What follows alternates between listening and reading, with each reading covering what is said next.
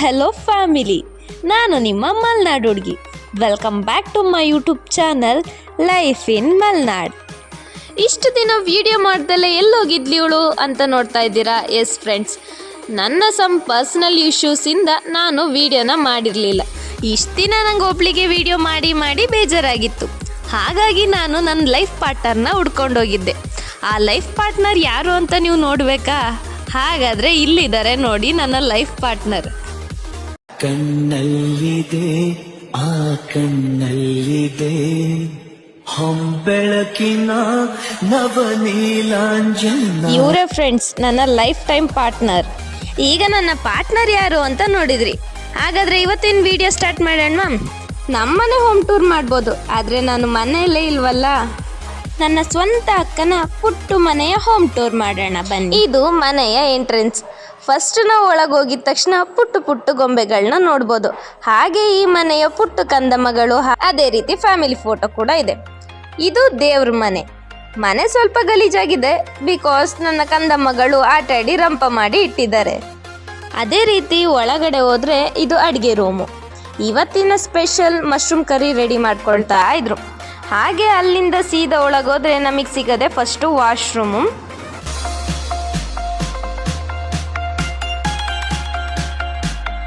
ಅಲ್ಲಿಂದ left ತಿರುಗಿದ್ರೆ ಸಿಗೋದೆ bedroom.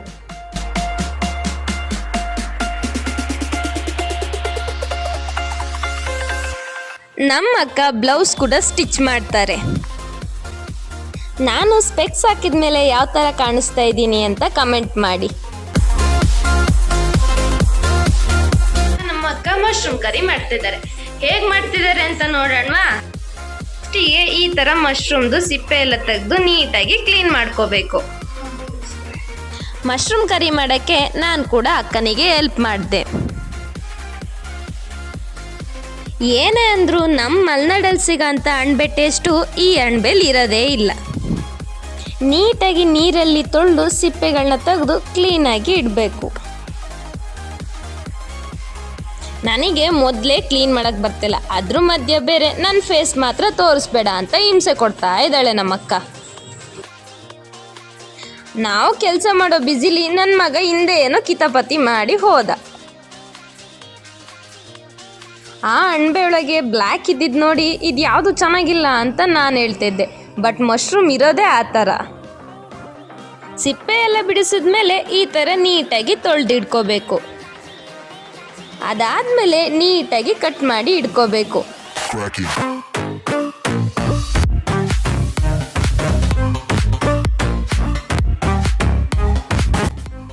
ಅದೆಲ್ಲ ಒಂದು ಬೌಲಿಗೆ ಟ್ರಾನ್ಸ್ಫರ್ ಮಾಡಬೇಕು.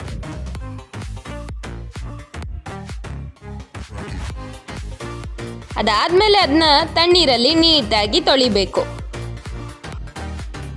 ಹಾಗೆ ಅಪ್ಪಲ್ಲಿ ನಮ್ಮ ಅಕ್ಕಂಗೆ ಗೊತ್ತಿಲ್ದಂಗೆ ನಾನೊಂದು ಖತರ್ನಾಕ್ ಕೆಲಸ ಮಾಡಿದೆ. ಅದೇನು ಅಂತನಾ, ಫ್ರಿಜ್ಜಲ್ಲಿರೋ ಚಾಕ್ಲೇಟ್ನ ತಗೊಂಡು ತಿಂದೆ. ಯಾಕೆ ಅಂದರೆ ಅದು ಕೋಲ್ಡ್ ಆಗಿತ್ತು. ಕೋಲ್ಡ್ ಆಗಿರೋ ತಿಂದರೆ ಶೀತ ಆಗುತ್ತೆ ಅಂತೇಳಿ ಬೈತಾರೆ. ಹಾಗಾಗಿ ಕದ್ದು ತಿಂದೆ. ಆದರೆ ಇಲ್ಲಿ ನನ್ನ ಮಗ ಚೂಚು ನೋಡೋದು ಮಾತ್ರ ಬಿಡ್ತಾನೇ ಇಲ್ಲ.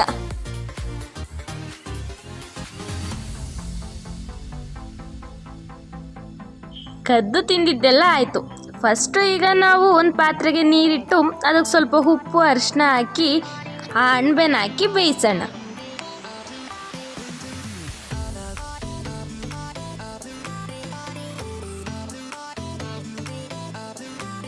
ನಾನು ಅಕ್ಕ ಏನೋ ಮಾತಾಡ್ತಿದ್ವಿ, ಅಷ್ಟರಲ್ಲಿ ಉಕ್ಕೆ ಬಿಡೋದ.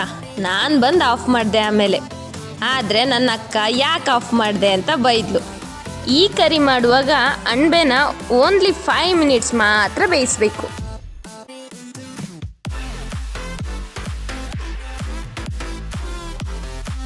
ಅದು 5 ನಿಮಿಷ ಬೆಂದ ಮೇಲೆ ನೀಟಾಗಿ ಸೋಸ್ಕೋಬೇಕು. ಬಿಸಿ ನೀರಲ್ಲಿ ಸೋಸ್ಕೊಂಡ್ಮೇಲೆ ಒಂದ್ಸತಿ ತಣ್ಣೀರಲ್ಲಿ ತೊಳಿಬೇಕು ಅದನ್ನ.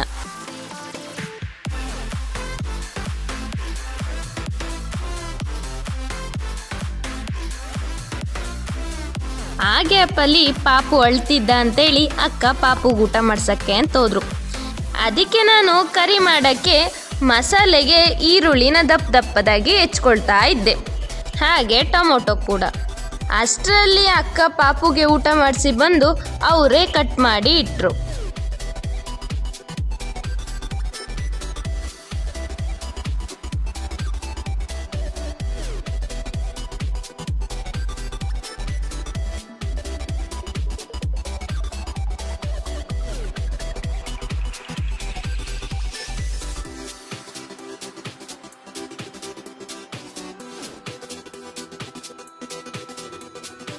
ಅದು ಬೆಂದ ಮೇಲೆ ಈ ಥರ ಆಗಿದೆ ನೋಡಿ.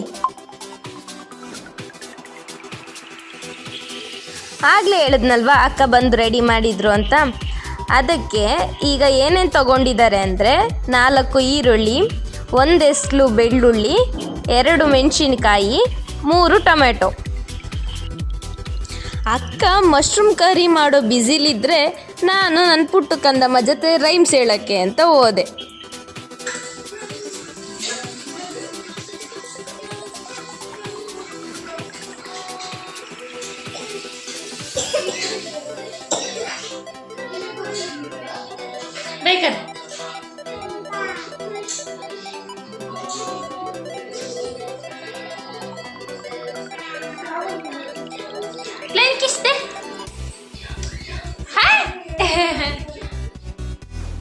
ಈಗ ಗ್ರೇವಿ ಮಾಡೋಕ್ಕೆ ಫಸ್ಟು 3 ಸ್ಪೂನ್ ಎಣ್ಣೆ ಹಾಕ್ಕೋಬೇಕು.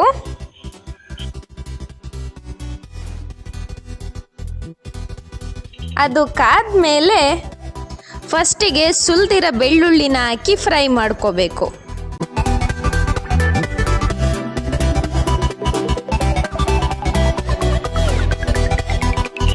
ಆಮೇಲೆ ಸ್ವಲ್ಪ ಈರುಳ್ಳಿನ ಹಾಕಿ ಅದನ್ನ ಫ್ರೈ ಮಾಡ್ಕೋಬೇಕು.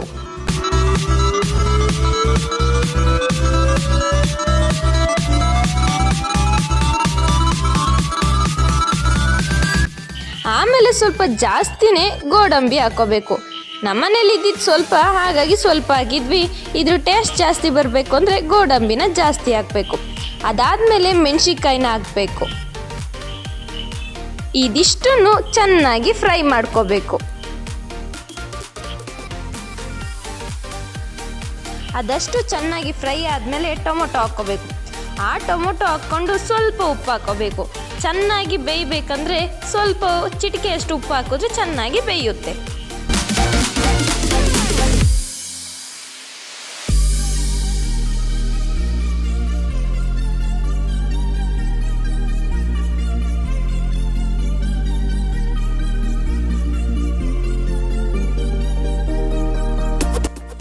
ಇದು ಚೆನ್ನಾಗಿ ರೋಸ್ಟ್ ಆಗೋವರೆಗೂ ನಾವು ಫ್ರೈ ಮಾಡ್ಕೋಬೇಕು.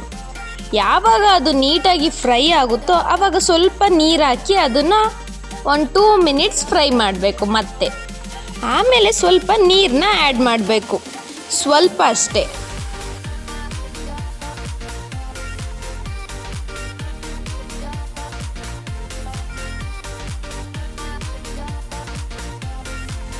ಆಮೇಲೆ ಅದನ್ನು ಫುಲ್ ತಣ್ಣಗಾಗೋವರೆಗೂ ಬಿಡಬೇಕು.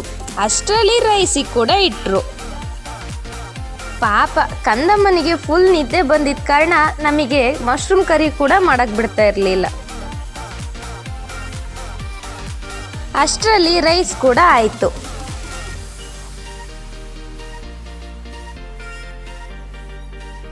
ಮಸಾಲೆ ಫುಲ್ ತಣ್ಣಗಾದ್ಮೇಲೆ ಜಾರಿಗೆ ಹಾಕಿ ಅದನ್ನ ಗ್ರೈಂಡ್ ಮಾಡ್ಕೋಬೇಕು.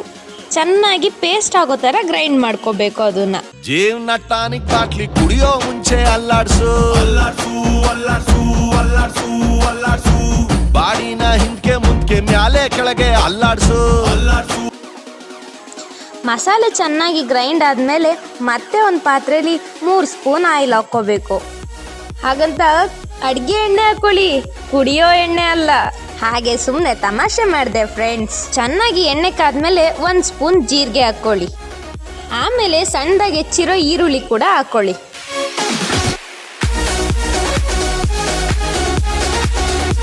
ಅದಾದ್ಮೇಲೆ ಸ್ವಲ್ಪ ಹೆಚ್ಚಿರೋ ಮೆಣಸಿನ್ಕಾಯಿನ ಹಾಕ್ಕೊಳ್ಳಿ.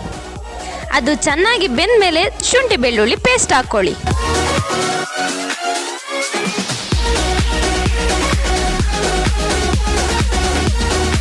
ಅದಾದಮೇಲೆ ಚಿಕ್ಕದಾಗಿ ಹೆಚ್ಚಿರೋ ಟೊಮೊಟೊ ಹಣ್ಣು ಕೂಡ ಹಾಕಿ ಫ್ರೈ ಮಾಡ್ಕೊಳ್ಳಿ.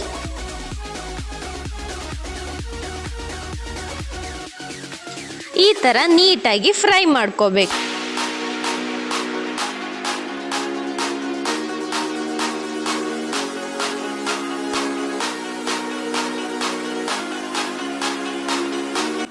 ನೀಟಾಗಿ ಫ್ರೈ ಆದಮೇಲೆ ಸ್ವಲ್ಪ ನೀರು ಹಾಕಿ ಆಮೇಲೆ ರುಬ್ಬಿರೋ ಮಸಾಲೆನ ಹಾಕಬೇಕು.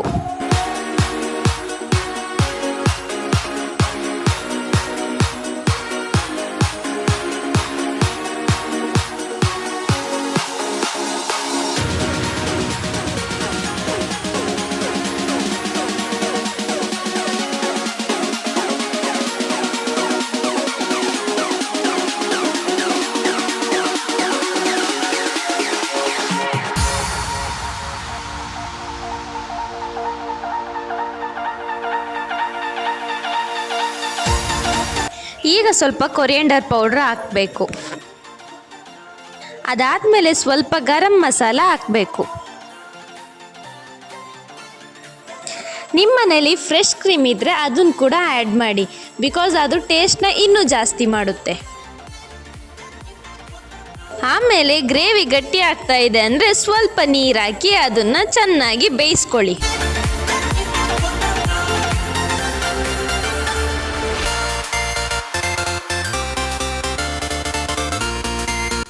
ಆಮೇಲೆ ಫೈನಲ್ ಆಗಿ ತೊಳೆದಿಟ್ಟಿರೋ ಮಶ್ರೂಮ್ನ ಹಾಕಿ.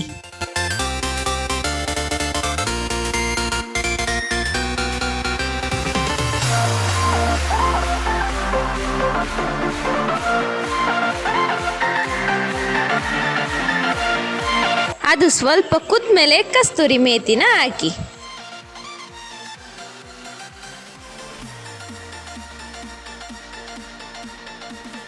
ಅದ್ರ ಜೊತೆ ಹಾಗೆ ಸ್ವಲ್ಪ ಬಟರ್ ಕೂಡ ಆ್ಯಡ್ ಮಾಡಿ.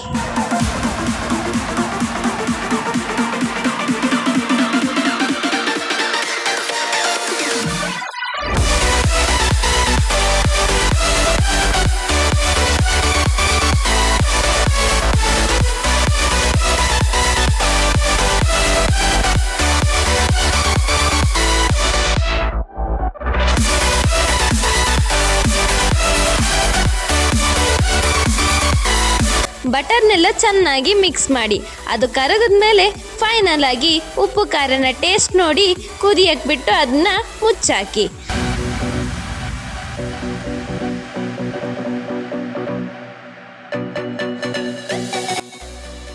ಆಮೇಲೆ ಫೈನಲ್ ಟಚ್ ಆಗಿ ಕೊತ್ತಂಬರಿ ಸೊಪ್ಪನ್ನ ಹಾಕಿ.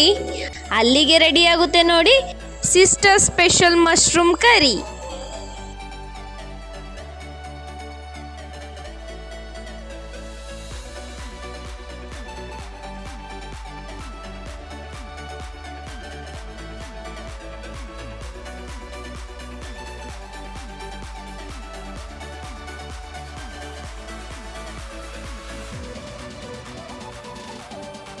ವಿಡಿಯೋಗೆಲ್ಲ ಬಡಿಸ್ಕೊಡ್ತಾ ಇದ್ದಾರೆ ಅಂತ ಅನ್ಕೋಬೇಡಿ ಫ್ರೆಂಡ್ಸ್.